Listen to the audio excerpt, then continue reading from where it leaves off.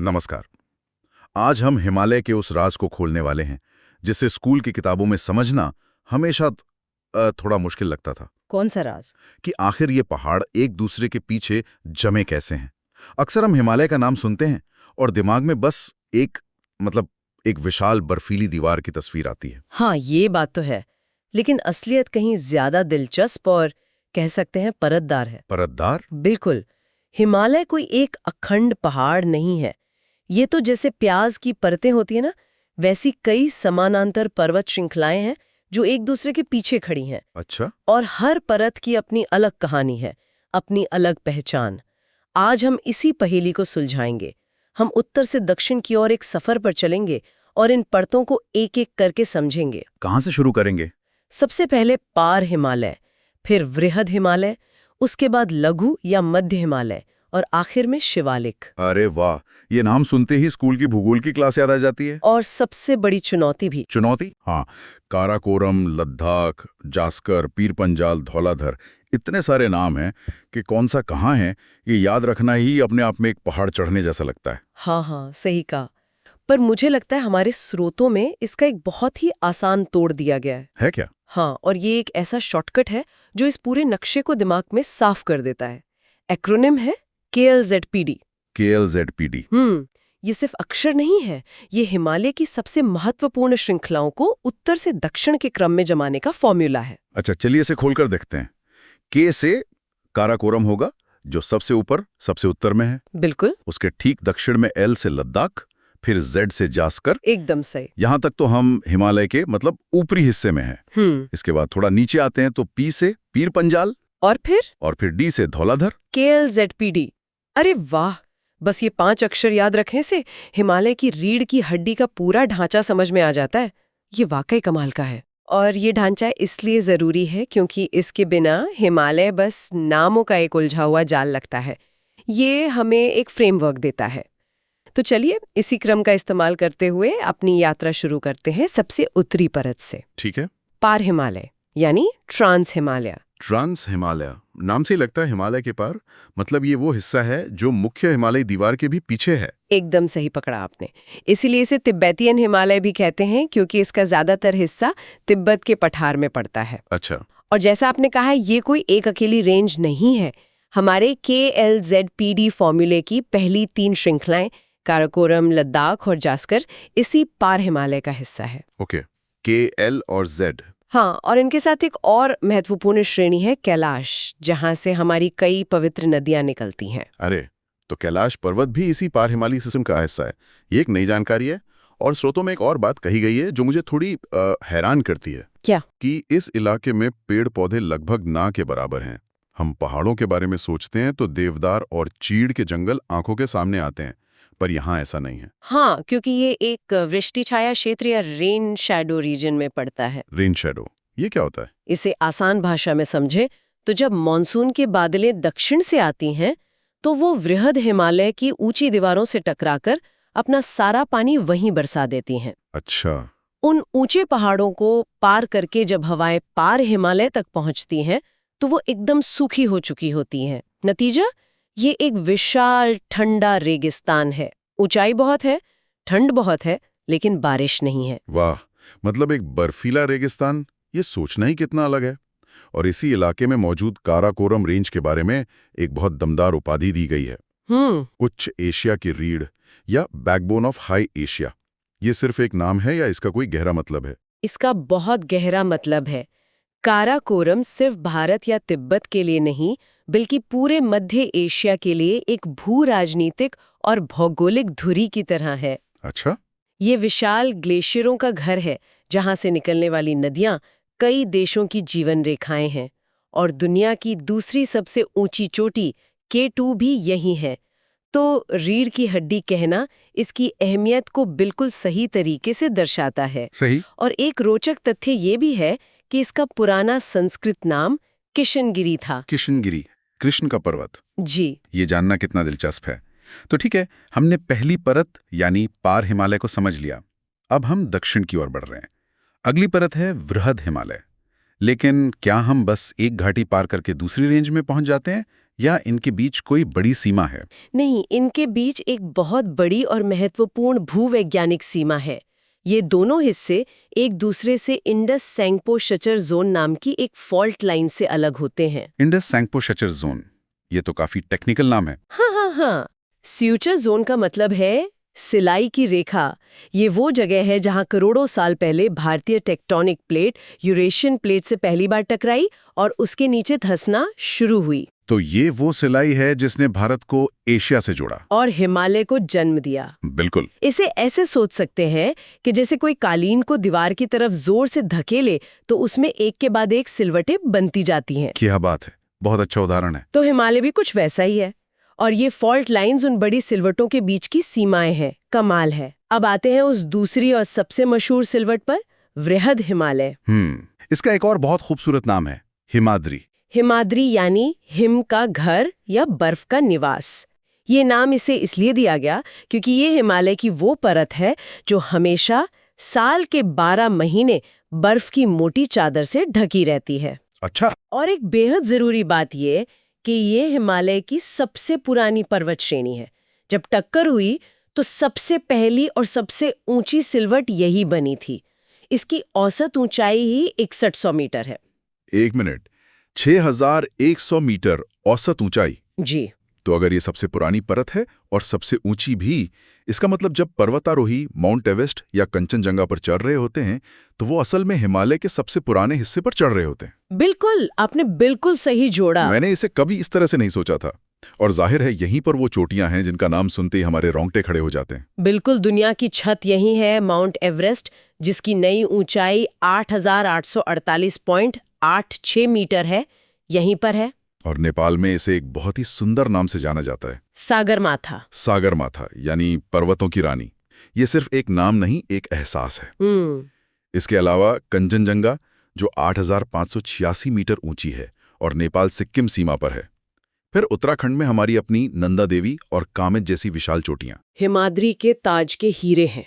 और ये सिर्फ पत्थर और बर्फ की चोटियां नहीं है। नहीं, ये ताजे पानी के सबसे बड़े स्रोतों में से हैं। भारत की सबसे पवित्र और महत्वपूर्ण नदियां गंगा और यमुना इन्हीं हिमाद्री के ग्लेशियरों से जन्म लेती हैं। सही। तो ये परत सिर्फ भौगोलिक रूप से ही नहीं बल्कि हमारी सभ्यता और संस्कृति के लिए भी केंद्रीय है। बिल्कुल। तो हिमाद्री की ये विशाल, बर्फीली और लगभग दुर्गम दीवार हमारे सामने है, लेकिन हम जानते हैं कि लोग पहाड़ों में रहते हैं, वहाँ हिल स्टेशंस हैं, गांव हैं। जाहिर है वो सब इस 6000 मीटर की ऊंचाई पर तो नहीं हो सकते। नहीं, बिल्कुल नहीं। तो इन बर्फीले पहाड़ों और हमारे जाने पहचाने पहाड़ी इलाकों के बीच क्या है? बहुत अच्छा सवाल है और यही हमें हमारी अगली परत पर ले जाता है, लघु या मध्यम हिमालय। ओके। और जैसा हमने पहले देखा, इन दोनों के बीच भी एक स्पष्ट भूवैज्ञानिक विभाजन है जिसे मेन सेंट्रल थ्रस्ट कहते हैं। एक और फॉल्ट लाइन? हाँ, एक और बड़ी फॉल्ट लाइन जो हिमाद्री की पुरानी कठोर चट्टानों को लघु हिमालय की थोड़ी नई और अलग तरह की चट्टानों से अलग करती है। और इस लघु हिमालय का एक और नाम है हिमाचल हिमालय। ये नाम सुनते ही शिमला, मनाली की ठंडी हवाएं महसूस होने लगती हैं। तो क्या मैं सही समझ रहा हूं कि हमारे ज्यादातर मशहूर हिल स्टेशंस इसी परत में आते हैं? आप बिल्कुल सही समझ रहे हैं। शिमला, मसूरी, नैनीताल, रानीखेत, अल्मोड़ा, दार्जिलिंग, वाह, ये सभी खूबसूरत जगहें इसी लघु हिमालय की गोद में बसी हैं। इसकी औसत ऊंचाई 3000 से 4500 मीटर के बीच है। ये वो गोल्डीलॉक्स जोन है। गोल्डीलॉक्स जोन मतलब न तो हिमाद्री की तरह बहुत ज्यादा कठोर और बर्फीला और न ही मैदानों की तरह गर्म। यहाँ का मौसम और माहौल इंसानी बसावट के लिए एकदम अनुकूल है। कमाल है। तो अगली बार जब मैं नैनीताल में झील के किनारे घूम रहा होऊंगा तो मुझे याद रहेगा कि मैं असल में हिमाचल हिमालय की गोद में हूँ। ये उस जगह को देखने का पूरा नजरिया ही बदल देता है। हाँ। और हमारे KLGPD फॉर्मूले की आखिरी 2 श्रृंखलाएं P और D, पीरपंजाल और धौलाधर, शायद यहीं आती हैं। एकदम। लघु हिमालय खुद एक बड़ी परत है और इसके अंदर भी पीरपंजाल और धौलाधर जैसी कई समानांतर श्रृंखलाएं हैं। जैसे एक बड़ी किताब के अंदर कई अलग-अलग अध्याय हों। बिल्कुल।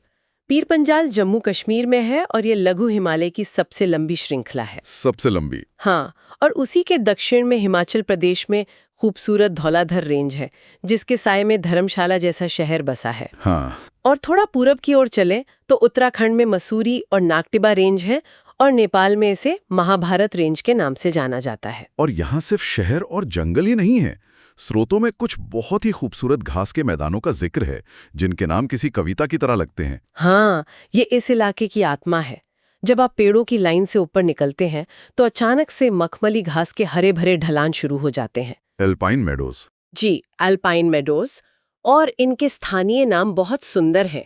कश्मीर में इन्हें मर्ग कहा जाता है, जैसे गुलमर्ग, सोनमर्ग, तानमर्ग। मर्ग का मतलब ही घास का मैदान होता है। सही। गुलमर्ग, सोनमर्ग, ये नाम सुनते ही आंखों के सामने वो तस्वीरें आ जाती हैं। और उत्तराखंड में भी तो इनका एक खास नाम है।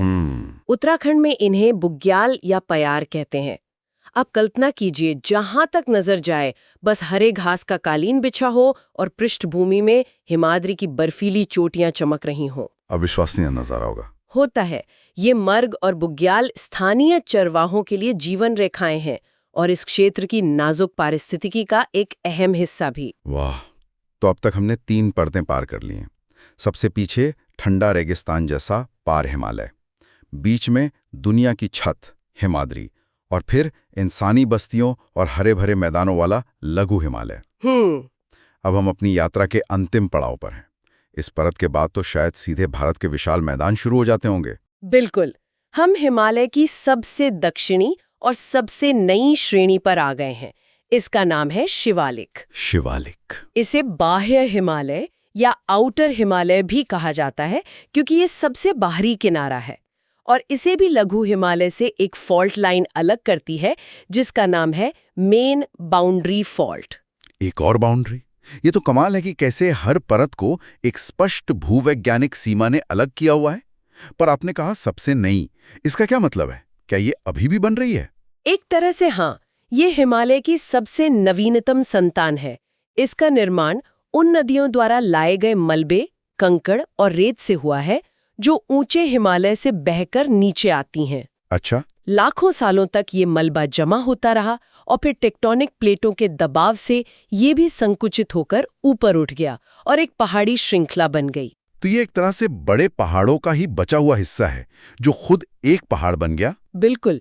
इसीलिए इसकी ऊंचाई ज्यादा नहीं है, औसतन 900 से 1200 मीटर ही है, और इसकी चट्टानें भी पुरानी परतों की तरह कठोर नहीं है। मैं अंदाजा लगा सकता हूँ कि देहरादून जैसी घाटियां, जिन्हें दून कहते हैं, वो शायद इन्हीं शिवालिक और लघु हिमालय के बीच में फंसी हुई हैं। आपने बिल्कुल सही पकड़ा। लघु हिमालय और शिवालिक के बीच जो सपाट लंबी घाटियां हैं, उन्हें ही दून पश्चिम में और द्वार पूर्व में कहा जाता है। जैसे देहरादून, हरिद्वार। एकदम। ये घाटियां बहुत उपजाऊ होती हैं और यहाँ आबादी भी काफी घनी है। तो शिवालिक एक तरह से पहाड़ों और मैदानों के बीच का ट्रांजिशन जोन है। तो चलिए इस पूरी यात्रा को एक बार फिर से देखते हैं। हमने जो समझा वो वाकई हिमालय को देखने का नजरिया बदल देता है। हमने हिमालय को 4 मुख्य समानांतर परतों में बांटा। सबसे उत्तर में ठंडा और शुष्क पार हिमालय, फिर बर्फ का घर और दुनिया की छत वृहद हिमालय, उसके बाद हिल स्टेशंस और हरे भरे मैदानों वाला लघु हिमालय, और आखिर में सबसे नया और छोटा शिवालिक। हमने इन परतों के क्रम को याद रखने का एक शानदार फॉर्मूला भी सीखा। KLZPD। हाँ, काराकोरम, लद्दाख, जास्कर, पीर पंजाल, धौलाधर। और हमने ये भी देखा कि हर परत एक बड़ी फॉल्ट लाइन से अलग है, जो हमें बताती है कि हिमालय का निर्माण एक सतत और चरणों में होने वाली प्रक्रिया है। ये कोई एक दिन में बनी चीज नहीं है। मेरे लिए सबसे बड़ी बात यह थी कि वृहद हिमालय सबसे पुराना और सबसे ऊंचा है, जबकि शिवालिक सबसे नया है। जी। और हमारे पसंदीदा हिल स्टेशन लघु हिमालय में क्यों हैं, इसका कारण भी समझ आया। और हाँ, माउंट एवरेस्ट का वो खूबसूरत नाम सागरमाथा, पर्वतों की रानी, ये तो शायद ही कोई भूल पाएगा। और ये पूरी प्रक्रिया, ये टकराव, ये निर्माण आज भी जारी है।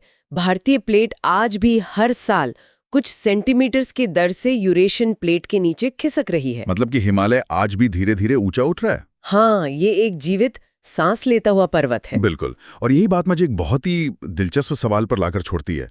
आज हमने हिमालय की संरचना को सबसे पुराने से सबसे नए तक की परतों में समझा, लेकिन ये कहानी खत्म नहीं हुई है ना। जो भूवैज्ञानिक ताकतें आज भी काम कर रही हैं, वे भविष्य में इस परिदृश्य को कैसे बदलेंगी? क्या लाखों वर्षों में मैदानों के किनारे कोई नई शिवालिक जैसी श्रेणी जन्म ले रही होगी? ये पहाड़ सिर्फ पत्थर नहीं हैं, बल्कि एक चलमान कहानी है जो हमारे सामने लिखी जा रही है।